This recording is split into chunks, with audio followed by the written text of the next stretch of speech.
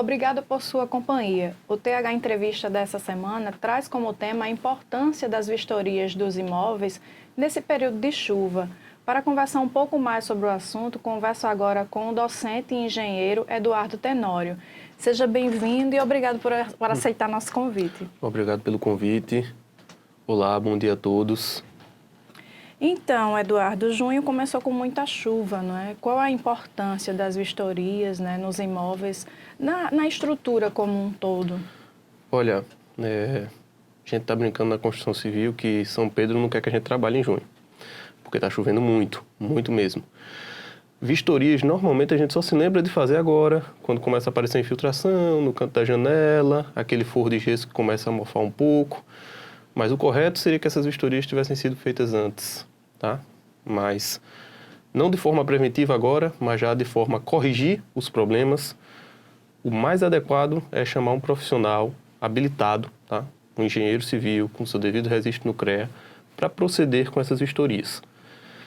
Existem algumas técnicas que a gente tem que trabalhar quando vai fazer uma vistoria em uma edificação. Não só os registros fotográficos, a elaboração de um relatório e a emissão de uma responsabilidade técnica. No caso da gente, a RT, que é a anotação de responsabilidade técnica, indicando os pontos onde ocorre a infiltração e propondo soluções. Eu gosto de salientar sempre que cada caso é um caso. Nós vamos ter situações em que uma solução mais tradicional, como uma impermeabilização, uma tinta específica, resolvem.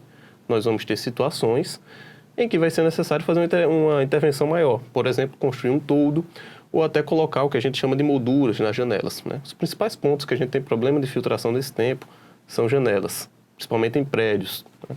Eu fico brincando que hoje em dia nós temos uma arquitetura muito moderna, onde a gente termina tendo paredes muito expostas a chuvas. E paredes não foram pensadas, propriamente dito, para resistir à chuva. Nessas situações a gente precisa ter um cuidado maior, tanto na execução, caso esse cuidado não tenha sido tomado na execução, deve-se fazer intervenções que aí variam, como eu disse, desde técnicas de impermeabilização, a troca das esquadrias, porque os principais pontos vão ser janelas e questão também de impermeabilização de laje. E eu lembro, tá, gente? Muitas vezes a gente que mora em casa, ou quem mora em apartamento, lá no último pavimento, tem uma infiltração no meu banheiro, tem uma infiltração no meu forro. Há quanto tempo não é feito a vistoria da sua laje, né? A impermeabilização da sua laje? Nessa época é o que mais aparece, tá? São síndicos ligando, são clientes ligando, porque começam a ver os problemas.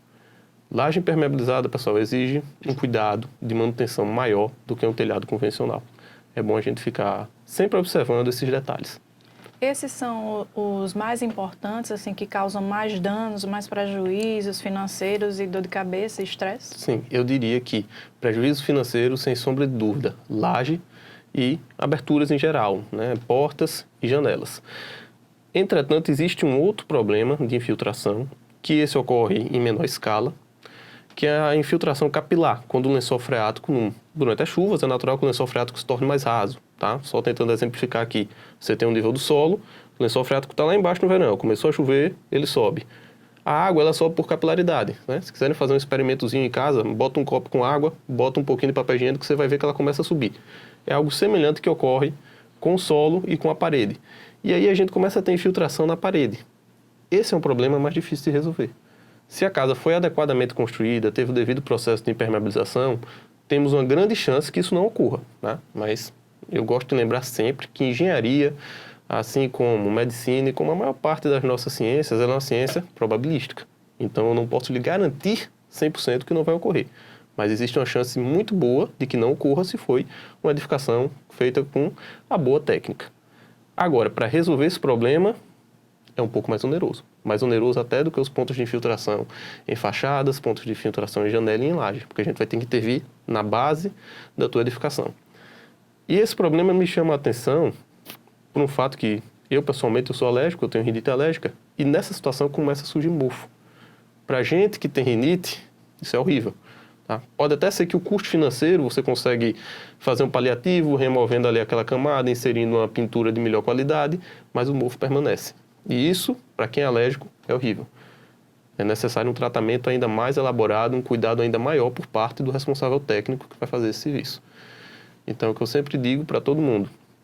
Um engenheiro, ele pode até parecer caro a princípio, mas eu garanto para você que esse custo, ele apenas parece caro. Você vai ter uma solução mais eficiente, você vai ter uma solução que vai abordar aspectos que vão além da aparência. Qual é a recomendação do período que deve acontecer as vistorias? Eu recomendo que essas vistorias sejam feitas pós-chuva. Por exemplo, aqui na nossa região, começa lá em maio, vai até agosto, setembro, ainda tem um pouquinho de chuva. Por que eu digo pós? Porque antes, se você pegar o período de seca, vai ficar difícil de identificar. No período pós-chuva, fica mais fácil a gente ver as patologias, inclusive de proceder à correção. Esse tempo de chuva, pessoal, para executar a obra, é muito complicado. Tá? Eu não recomendo ninguém começar a executar agora. Se tiver uma situação muito crítica, pode-se fazer um paliativo, natural. Né? Ninguém vai precisar ficar morando no mofo, ficar tendo água entrando na sua janela, é algo que é insustentável. Mas uma solução definitiva que exija um investimento maior, que exija um tempo maior, é recomendável a gente começar quando tiver um período que não esteja chovendo tanto. Principalmente se for atividades no espaço aberto. Por exemplo, no caso de prédios, muitas vezes a gente tem que fazer intervenção externa. Então você precisa colocar um andame em balancinho, ou então um funcionário em uma cadeirinha, que a gente chama. E aí durante a chuva aumenta o risco, porque esse funcionário vai estar literalmente pendurado a vários metros de altura. Tem que se pensar nisso também na hora de fazer essas intervenções. Intervenções internas, por exemplo, meu forro está manchado porque está tendo infiltração na laje. Tudo bem você ir lá e modificar o seu forro, mas isso é um paliativo. Né? Se não resolver o problema de infiltração na laje, no futuro você vai ter novamente essa problemática. Você já falou anteriormente sobre a importância do profissional, né, de engenharia para fazer esse diagnóstico, mas reforça para a gente. Olha, é o seguinte, na nossa área, na área de atuação de engenharia, e eu creio que aconteça também em outras áreas, nós temos um mercado muito amplo, nós temos vários profissionais e dificilmente você vai ver um engenheiro, por exemplo, removendo um forro de gesso para colocar um novo forro de gesso, até porque essa não é a função dele. A função dele é diagnosticar, propor uma solução adequada e garantir a execução adequada do serviço. Essa é a função de um engenheiro de obras, um engenheiro de campo, é gerir o bom serviço. Não necessariamente executar. Às vezes me perguntam, você é engenheiro, você sabe levantar um tijolo, assentar uma parede? Não, eu não sei. Eu não preciso saber. Eu preciso saber se ela foi bem levantada. E é algo que às vezes as pessoas discordam, mas é mais fácil você cobrar um serviço de qualidade do que você executar um. Então, por isso, não atribuam essa função à mesma pessoa. Vou dar um exemplo bem simples. Grandes obras estaduais, obras de financiamento muitas vezes milionários, você tem uma construtora executando e uma construtora fiscalizando. Porque essa aqui que está fiscalizando, o objetivo dela é só garantir que essa trabalhe bem. Se fosse o mesmo ente construindo e fiscalizando, bom, talvez você não tivesse um interesse tão grande na fiscalização. Então, o papel do engenheiro, além do papel técnico de fornecer a solução adequada, é garantir a qualidade. É fiscalizar o trabalho ali do pedreiro, do gesseiro, do calheiro, de qualquer indivíduo que você venha a contratar para executar um determinado reparo. Por isso é fundamental você ter um profissional qualificado, para saber se o seu trabalho está sendo feito da forma como deve ser feito e se a solução foi a melhor.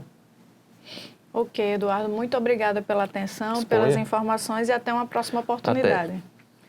E o TH Entrevista fica por aqui e até a próxima.